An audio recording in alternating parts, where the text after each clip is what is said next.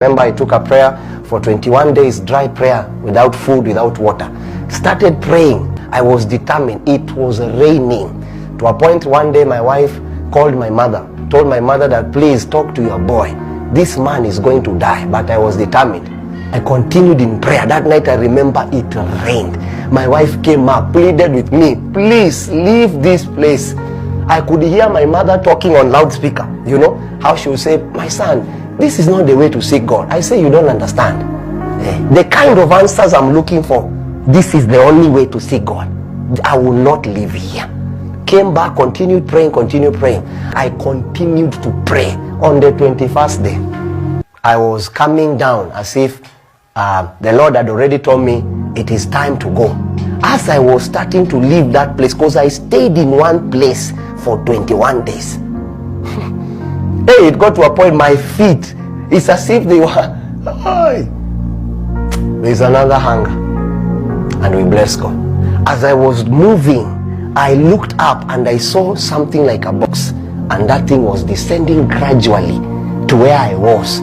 That part was written, when I went to peep, it's as if I was here, but I had the ability to peep inside.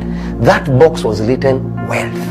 But it was in a language, it's not English. I can't really say how that word was. It's a very Hebrew kind of a concept. I can't really say. But it was written wealth. When I saw it, I rejoiced. I remember that night I shouted. I shouted to the Lord. The next morning, because I had already left, it was around 3, went back, took water. When the next morning came, guess what is happening? Shylock on my doorstep. Hi, God showed me your box of wealth. Shylock are now coming.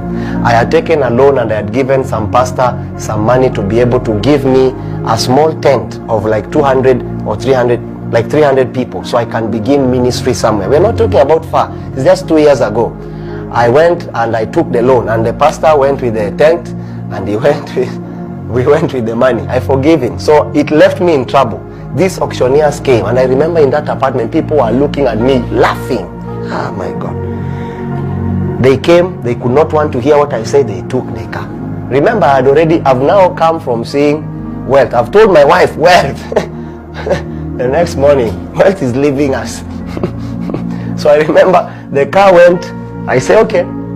I had a small phone that I had bought for like $20. That phone was overheating. We had gone somewhere with my brother to take the phone. It was overheating. So the only way for that phone to have charge is to keep it on charge. And if you keep it on charge and you're preaching on Facebook, it would overheat. You couldn't even touch it because the outer part was made of metal. So we sat there. I took the phone, and the Lord had enticed me to start doing those preachings, live preaching. So I just started doing the preachings. You know, by then we were only 2 views. That view was me and my wife. Then we advanced to 3 views. It was me and my wife and my sister. We advanced to 4 views and 6 views, you know, and one day my wife came and told me, preach to me. I'm the view. I'll hear you. I bless God for my wife. So he continued. Not long later,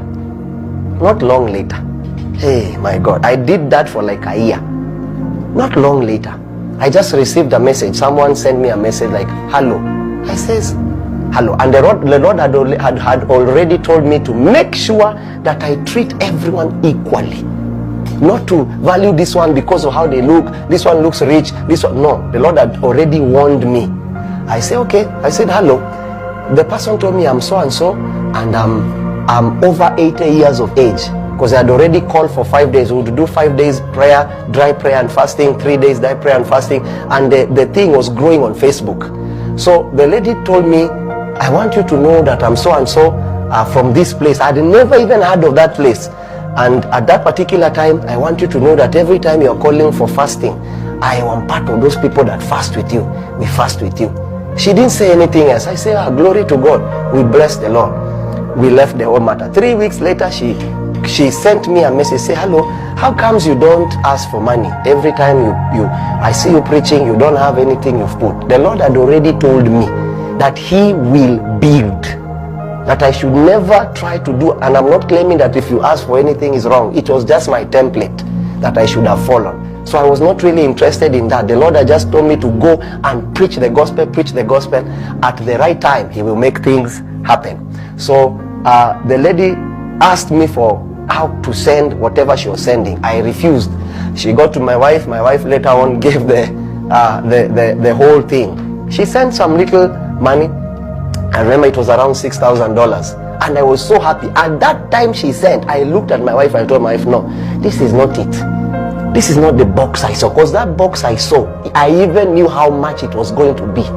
I said, okay, God bless you. I took the little I had, went and removed my car. At least now we had a car by then to be using around. It was a small red VW. Then the rest I had already built in my house. We had moved to a place where the sitting room area, I had made it a church. You know, and now I had given my wife the 2 bedrooms there, and they would do their things there. So the sitting room area was now the place I had done what I had done, you know. So put all the money there, the little that was remaining, we put it there, paid a little bit for my children at that particular moment. Long story short, as I continued to do the thing I was doing, another person said, hello. I said hello, and I could receive many people saying, hi, pray for me. I would pray for them. The person told me, there is this verse I don't understand, please help me. I would take time, like an hour, praying for that person and teaching that person. This is the essence of the word. Be a person of the word. Pray, take fastings, take what? I didn't know. So the lady later on told me, I am so and so, and I'm calling because there's something I need you to help me with. I say, okay, what can I help you with? She had asked, and she told me, before that, please give me an account number that if at any one point I want to deposit $1 or $2, that was the statement, $1 or $2, I can always come. I say, okay, this God did not tell me. So got again that, and she managed to get. 2-3 weeks later from there, I receive a phone call. I say, hello, how are you? You're fine. I'm so and so. I'm calling you as the manager of the bank that you bank with. I say, okay, are you okay? I thought it was this thing where people are called to be conned. This one, in our country, we have a lot of them, where you have won, even things you have not participated in, you win. You know, Tazama, whatever, money, what. So the person told me, we need to see you. I says, okay, let me come. We went. When we got there, they started interrogating me. I didn't understand the interrogation. Started telling me, who are you? I said, this is who I am. Who knows you? They told me to open my Facebook and all those things I would open. And then the person told me, are you sponsoring anything that is illegal? Are you doing any illegal business? I says, what do you mean I'm doing illegal business? I'm a pastor. You can check my social media. I'm a pastor. Is there any problem? He said, you are not aware of anything. I say, no, I'm not aware. The person say, okay. The way you'd go to the teller, and they normally turn the computer if they want you to see something. The person turned the computer. Hey. You know, I had to go and wash my face and came back. I say, is this my account? I can see the name is me, John C. W. But the problem is the balance on that account. I even asked the person, did you confuse and put, please, I don't want problem. That is when they mentioned to me the name of the same person who told me if I want to put $1 or $2. When I went to check, it was exactly what was on the box that I saw. Exactly. It is those things that you sleep this way, you wake up that way. They froze my account for 3 weeks. Every time calling me, my phone was tapped by intelligence. They wanted to know who I'm calling. So one day I went to them. I said, please, even if you stop my account, give me the little, just the little that I had. It was like $1,000. Let me just remove that. My children, I need to pay. They said, no, we are freezing. They froze the whole account, sir. They asked me to find out who those people are. I gave them the number. They called those people. Those people told them that we are so and so, we come from this family, we had sold this and this and this, and we wanted to do this for this man of God. They said, do you know him? How can you do that to that person? How can you send it to... They now wanted to sabotage the whole matter, to look as if... I remember someone had sent the person a message that Africans are liars. Hey! I say, okay. I called the person today. I told the person, look, that finance is not mine. I had a dream I saw, a vision I had in the aeroplane.